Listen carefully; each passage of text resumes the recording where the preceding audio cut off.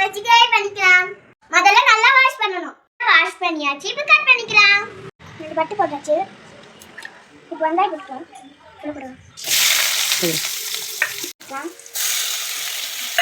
உப்பு போட்டுக்கலாம். கருவேப்பிலை போட்டுக்கலாம். மஞ்சள்தூள் போட்டுக்கலாம். மிளகாய்த்தூள் போட்டுக்கலாம். மல்லித்தூள் போட்டுக்கலாம். தூள் போட்டுக்கலாம். நல்லா அரைச்சு விட்டுக்கலாம்.